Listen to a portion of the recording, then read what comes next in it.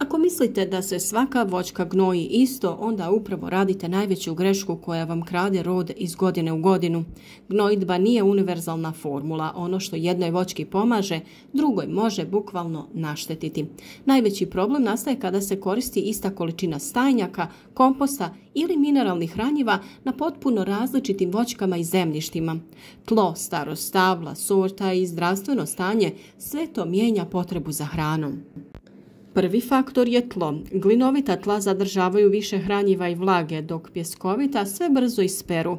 To znači da voćke na pjeskovitom tlu trebaju češće i umjerenije doze, dok glinovita tla traže rjeđu, ali dobro raspoređenu gnojidbu. Jedna mjera nikad ne može odgovarati svima. Druga ključna razlika je starost stabla. Mladi nasadi trebaju više azota da razviju krošnju, dok starija stabla traže više fosfora i kalija za cvjetanje i kvalitetnu rodnost.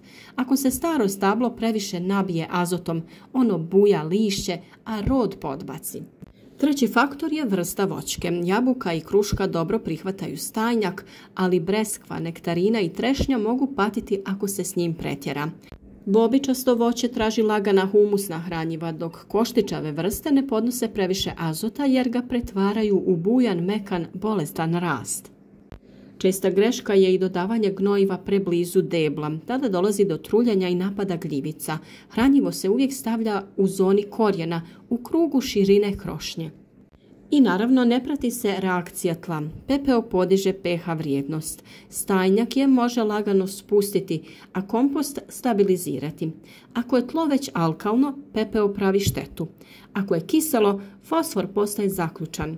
Gnojidba bez poznavanja pH vrijednosti tla često ne donosi nikakav rezultat. Gnojidba nije ista jer ni voćnjaci nisu isti, zato su najveći prinosi uvijek rezultat pravilnog prilagođavanja, a ne šablona. Važno je pratiti i rodnost. Ako je voćka dala obilje plodova, potrošila je hranjiva i potrebno ih je nadoknaditi obilnom prihranom.